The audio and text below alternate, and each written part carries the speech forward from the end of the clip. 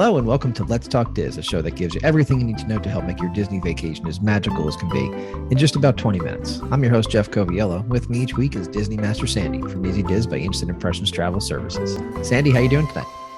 I am finally relaxed and all about the Wish. It's only taken, 2.5 weeks after I got off the ship for me to totally think about everything, have it all in my head, and be ready to share more great news about it. Well, tonight is our third and potentially final show about the Wish that as the experience that Sandy just experienced. The first one was our overview. The second one was very specific to dining. And this third one is going to be all about our staterooms, which for me, when planning a cruise, is always the thing that, as you know, because you're my travel specialist, I come to you with the most questions on, because there are so many different things that go into deciding what exact itinerary you want, but more importantly, what room you want, what works best for you. So there are a lot of questions.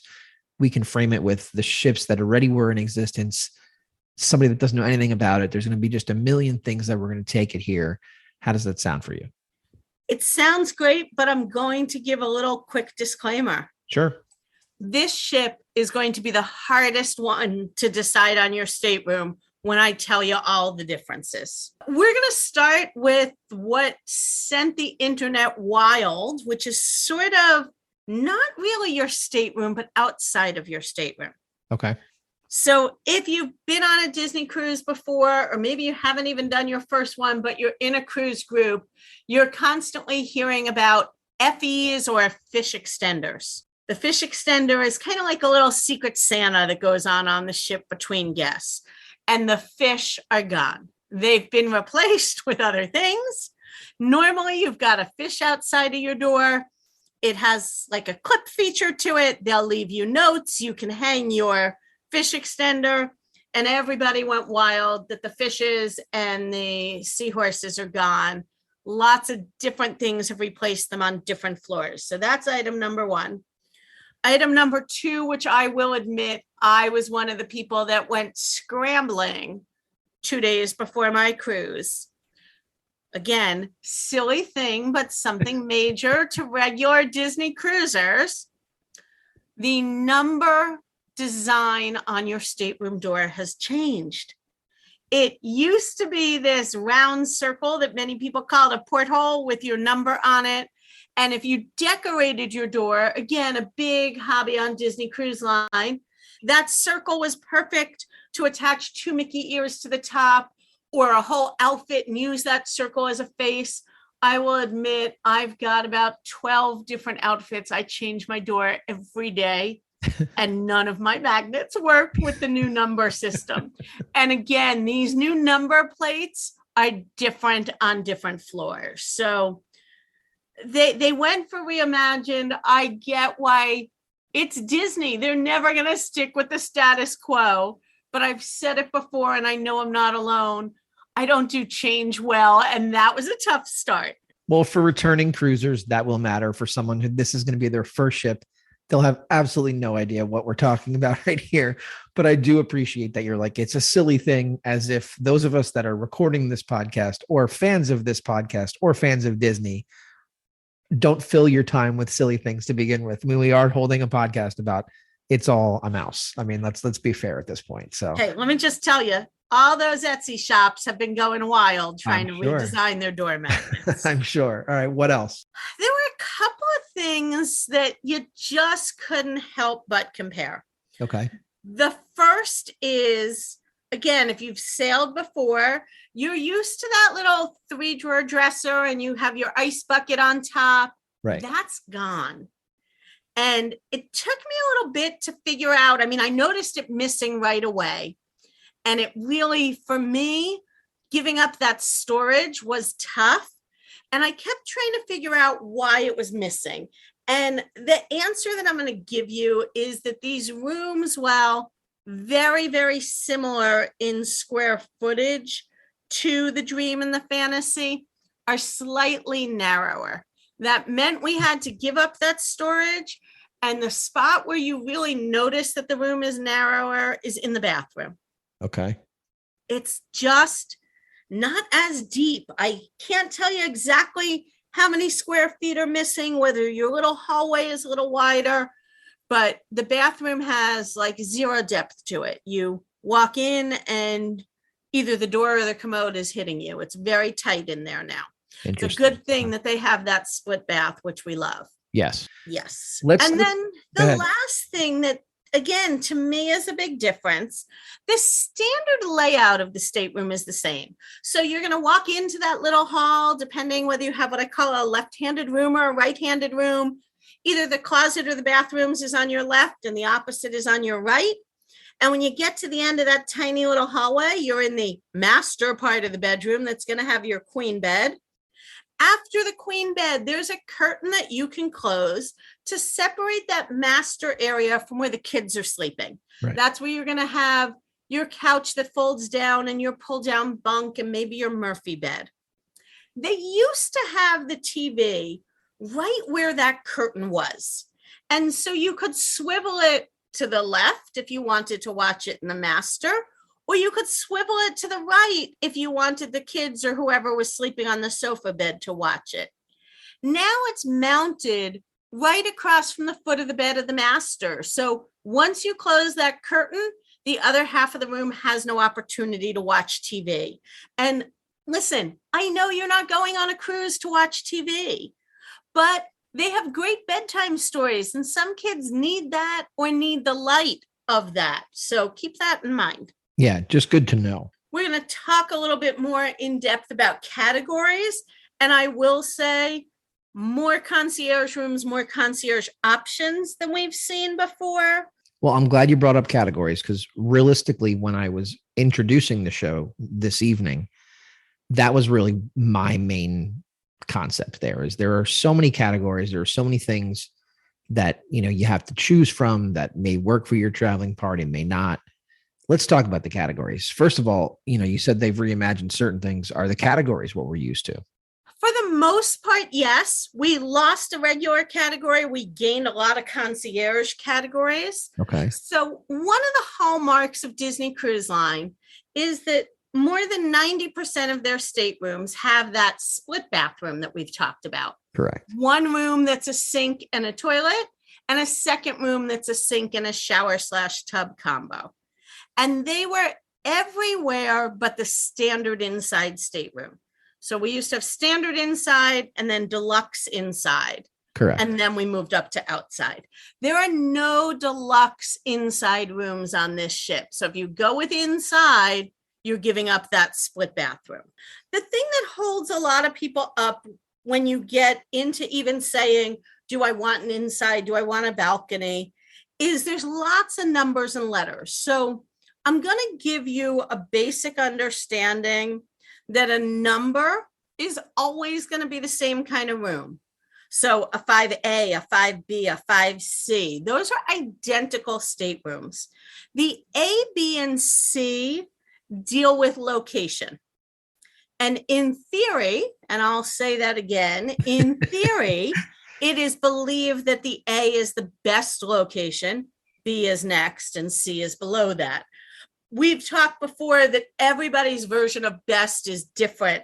So we can definitely get into it with anybody looking to plan how to make that choice, but know that the rooms are the same, except here's our big except on this ship. And I said to you, it's going to be the hardest to choose. They have decided that different decks will have different themes in the stateroom. Huh. So, for example, if you have a room on deck 8 or deck 9, it's going to be either Sleeping Beauty or Princess and the Frog. If you have a room on deck 10, it's going to be Moana. If you've got deck 2, deck 6, or deck 7, it's going to be Cinderella art in your room. If you've got deck 11, it's Little Mermaid. Deck 12, 13 are Tangled. So you may look at it now and you want the best room, but your child's a big Moana fan. So you want to end up on deck 10 instead of the room you were looking at deck 9.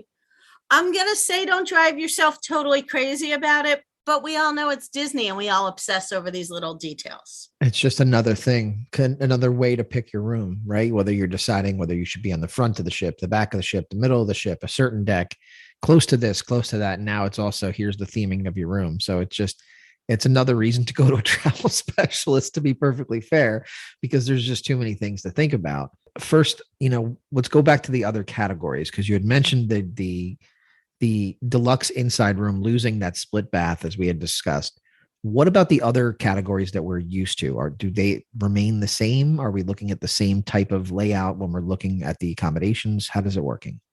They're going to be 99% the same. That deluxe ocean stateroom. And again, the word deluxe means it's got the split bath.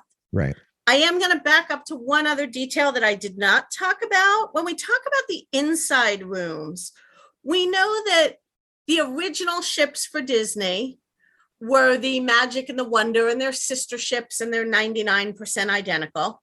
Our next two ships, the Dream and the Fantasy, are sister ships, and they're 99% identical.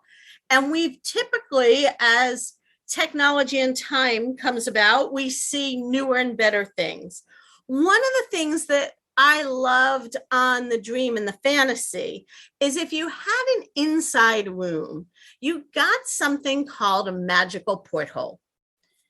It was a porthole, like a picture in your wall. It had a live camera feed to the outside of the ship in the section of the ship you were in. So at any time, if you turned on the live feed, you could figure out, was it day, was it night, was it raining? Right. But what also made it magical is every couple of minutes, a different piece of Disney animation floated across your screen. Whether it was the characters from Up, the characters from Nemo, you had that extra fun piece. And I was really surprised that we lost the magical portholes on the inside rooms on this ship. So be aware, again, that's one of those differences that may or may not be the make or break to somebody. Well, it is definitely a difference from the existing ships, though. So I'm glad you mentioned it. Let's talk about the other accommodations. The deluxe ocean room is going to sleep up to 4. The family ocean room sleeps up to 5. So it's going to be a little bit larger. It's going to have that queen bed like we talked about, the sofa that pulls down, the bunk that pulls from the ceiling with great fun design up in the ceiling once you're on it, and then that Murphy bed that comes down to accommodate the 5th person. And I think it's important for people to know, if you're a first-time cruiser and you're listening to this, I love all of the beds on this, because although they're kind of hidden during the day, they're all pull down beds versus pull out beds. Right. And the difference means that the mattress is always one solid unfolded piece. So you don't have that question like, the old pull-out mattresses and the sofa that you might have at home, that it's been pulled out and pushed back in so many times that you can kind of see the waves in the bend. Here, the back of the sofa folds down onto the couch. So again, that one mattress. The Murphy bed, one flat mattress. And that's going to be the same layout in the ocean rooms, the deluxe ocean and the deluxe veranda, and then the family ocean and the family veranda. The difference is a little bit in square footage. The square footage goes into your veranda. Got it. And the veranda piece is always an interesting one. Definitely talk to your travel specialist to figure out if that's necessary for you. Do you want to circle back to the concierge rooms? Does that make sense at this time? It does. Okay, so let's break that down, because you said we did get some different options there. People often say, well, what is concierge? Do I pay for it? Why do I want to pay for it? And like we talk about with the resorts, it depends how you're going to make use of it. One great benefit from concierge is they get to do all of their onboard bookings and their excursion bookings sooner than a first-time cruiser. They all get to book at 120 days out, regardless of their Castaway Club status. They get preferred boarding when you first get to whatever port you're sailing out of, in this case, Port Canaveral, Florida. They have a private lounge on board. You can go in there for drinks all hours of the day, alcoholic and non-alcoholic. They have a private pool deck just for the concierge guests. And they have some special little treats in turn down service and other things for your children. So it is a different level of service, very similar to our club level services within the resorts. So within that concierge umbrella, there are different accommodations, correct? Do you want to break those down? There are, and they go from, I'll say the most basic, but basic is only relative when you compare it to the other things. Right. To holy moly, how is this on a ship? Well, why don't we do this then? Why don't we start from the most extravagant? Because we don't really typically do that. Let's start with the most extravagant and work our way back to what you said was the most quote unquote, I guess, commonplace of the concierge level. So let's say that you are that guest that happens to be listening to the show. It's going to call Sandy afterwards and say, I need this ridiculous accommodation for my family. What is the top of the line accommodation here in the concierge level? So I'm going to pick top of the line based on price. Okay. And if you're calling to say that you want one of these, I encourage you to be super flexible in your travel date, because like this funnel suite that I'm going to talk about, there is one. So it's either booked or it's not. There's not a lot of option. Okay. And so as its name implies, the funnel suite is in the front funnel of the ship. Nice. It is gorgeous. It has a 2-story living room with floor to ceiling windows. It has sleeps 8, 2 bedrooms, 4.5 bathrooms, over 1,900 square feet.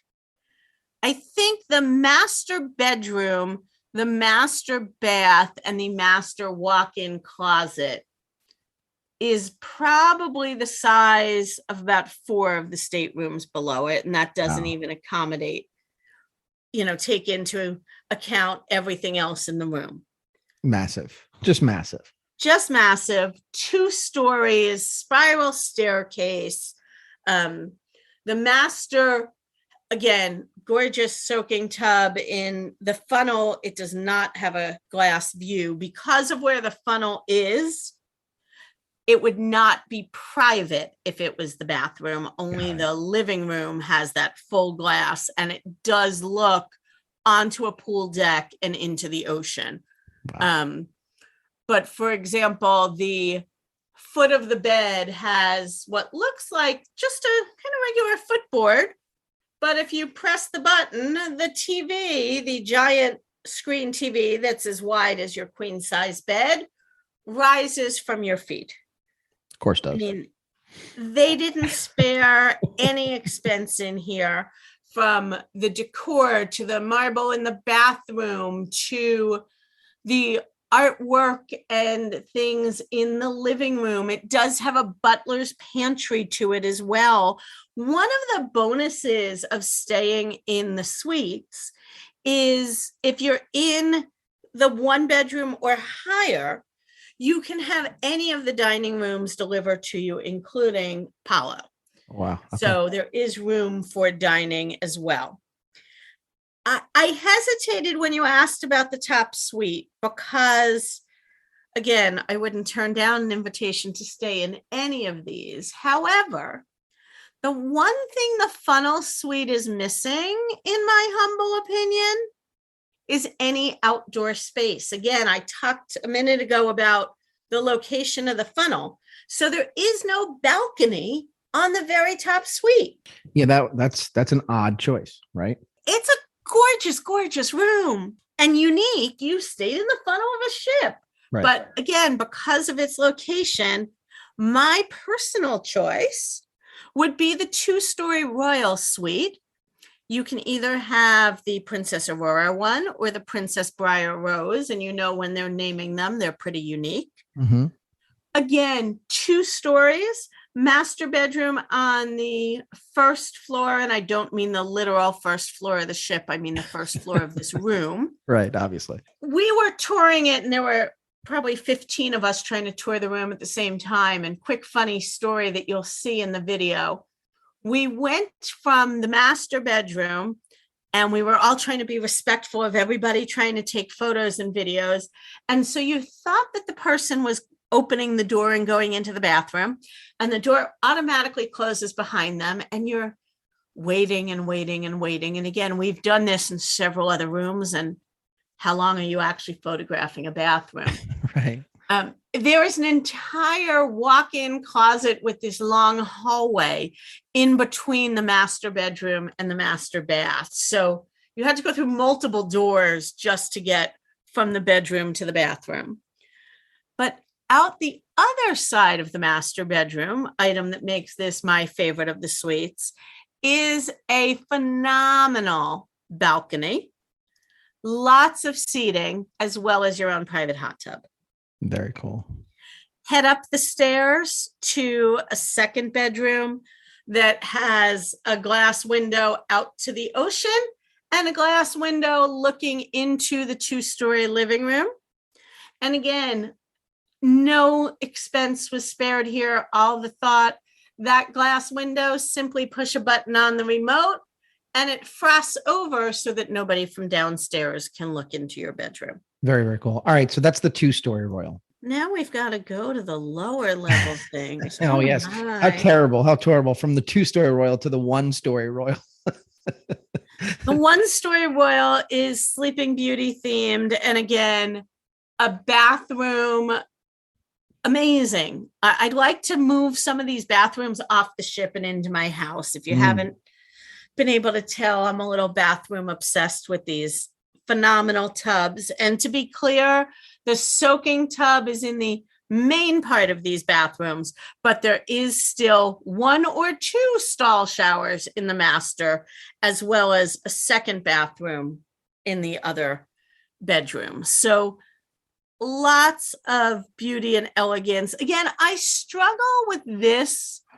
As gorgeous as these rooms are, these are 3 and 4 night sailings. I don't know that I would ever want to leave my room. There's just only so many hours in the day. And either I wouldn't leave my room or I wouldn't sleep for 3 days. I'm not sure. There you go. What other concierge options before we put a bow on this particular show do you want to mention? The 1 bedroom with an extended balcony, a regular 1 bedroom, as well as a family veranda. And unique here is there is a family ocean without veranda. We haven't seen that option for concierge on any of the other ships. So again, a new way to get into concierge. I'll say at a lower price point because it's lower than the suites. It's certainly more than the family ocean room in the rest of the ship. And again, the size of a family ocean concierge or not is going to be the same. The artwork, as we discussed, is going to change, but it's really about, are you going to get value out of that concierge service? Well, and I think that's where the travel specialist comes in. And that's why we have you. What haven't we covered tonight that we think we need to leave everyone with before we say goodnight? I think one thing that we run into a lot in explaining to guests is room occupancy that you may read on the website or a ship map or whatever blogger you might be following. And I hope it's us, not them, so you're getting all the right info. Versus the reality of that ship. This doesn't work like a hotel room. So, Jeff, I'm going to use your family for an example, if you don't mind. No, not at all. You and your wife decide you're going to leave the kids at home. This is not going to be Home Alone, happening in your house. Right. But cool. You and your wife are going to take a cruise, just the 2 of you. You have this stateroom that says it sleeps up to 4, but there's the 2 of you. Maybe you're not sure about the kids. Maybe you want a lower deposit, but you're thinking just like a hotel room, it sleeps 4, no problem. About a week before the cruise, you call me and you say, San, change of plans. The kids are coming. Right. Just because your stateroom has bedding doesn't mean you can add more people to the room. First of all, with the ships, there are more beds Then there are lifeboat spaces. Mm. So there will be times where they'll say, aft of the ship has no rooms that are quad occupancy. Sometimes there's even no rooms with triple occupancy. You might have to move to a different category, a different section of the ship, whatever it might be. Also, the occupancy listed is the maximum for that category. So when we were talking about our standard deluxe rooms that we say sleep up to 4 because they have that pull down bunk, that pull down bunk is not in every room. So my advice is always check what the bedding is. If you want, to be able to separate everybody and you want that fit sleeping bed, don't just pick a room that says it holds 5 when you're only 4 people. You need to verify that it has that bed. And when in doubt, reserve for everybody up front. That'll give you the lowest price. And up until final payment, you can take them off, but then you're assured there's room for everybody. Great tips. I've mentioned it a couple of times. There's been videos, there's been photos. Check out social media, check out YouTube. Our stuff is everywhere. Sandy experienced it firsthand. That's why you're the Disney expert. Thank you for taking the time for a third time to break down this awesome ship. It's very exciting to hear. I can't wait to sail, and I hope you have a great week. Thanks. You too. And that's a wrap this week on Let's Talk Diz. If anyone you know could benefit from this or any show, please share, have them like and subscribe.